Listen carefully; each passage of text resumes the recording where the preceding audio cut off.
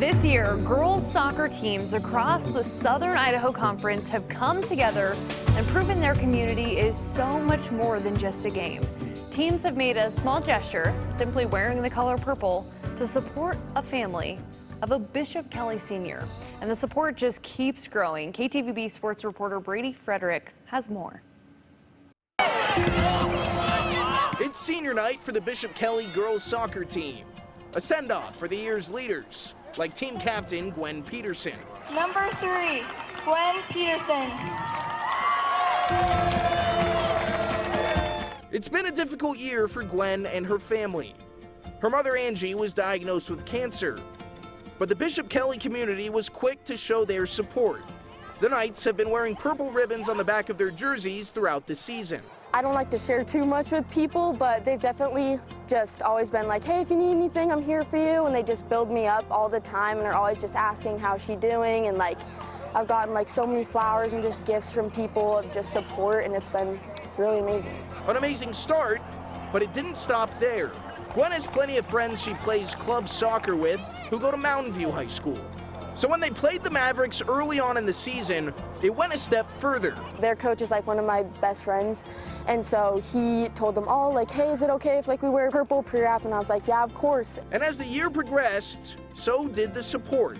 Very cool when I started to get, emails from different coaches as we were going through the season as to what they could do to support, and it kind of seemed like every team wanted to come together and show their support, which was pretty amazing to me. I didn't realize the high school community would kind of step up and do that for us, so it's been great. Full rosters wore purple ribbons in their hair, purple face paint. Some schools, like Boise High, even made custom warm-up shirts. The back, reading, "Her fight is my fight."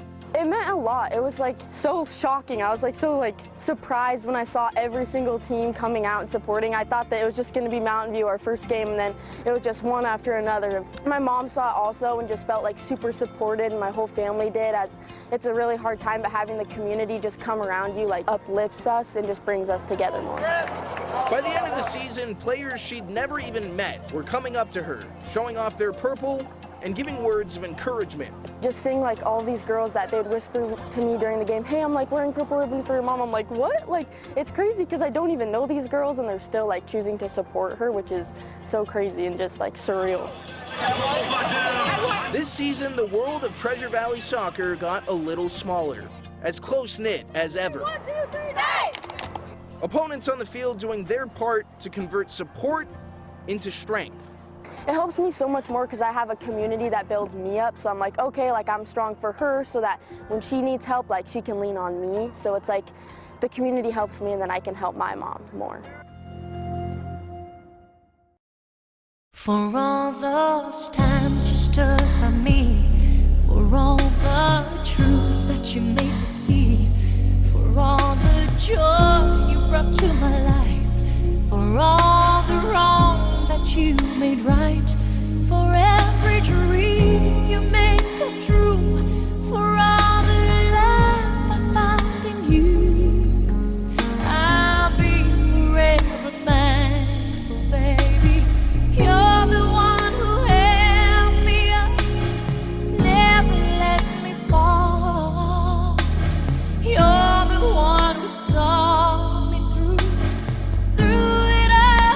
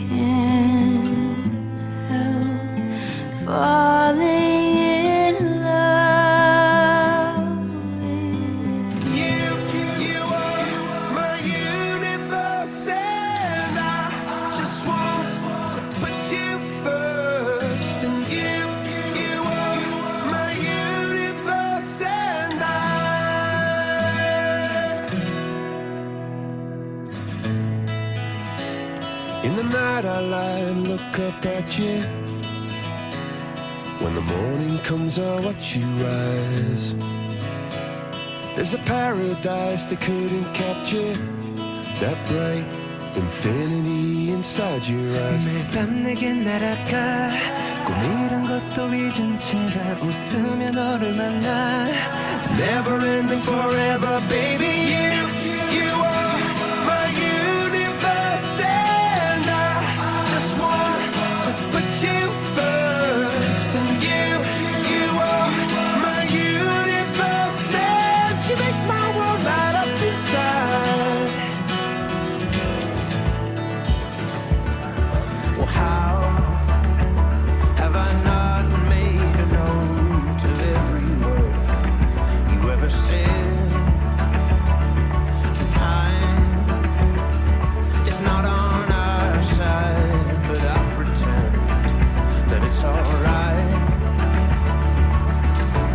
She says the Lord has a plan, but admits it's pretty hard to understand.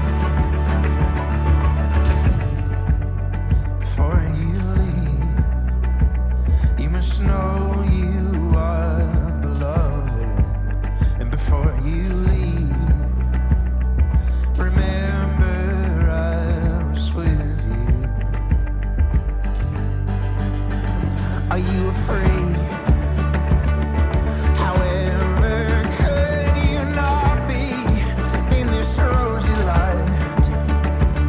This is strange. I feel a hand come through the mirror, pointing at the light. Point at the light we never see, as you put your feathered arms over me. Before you leave, you must know you are beloved. And before you leave, remember I was with you. And as you leave, I won't hold you back, beloved.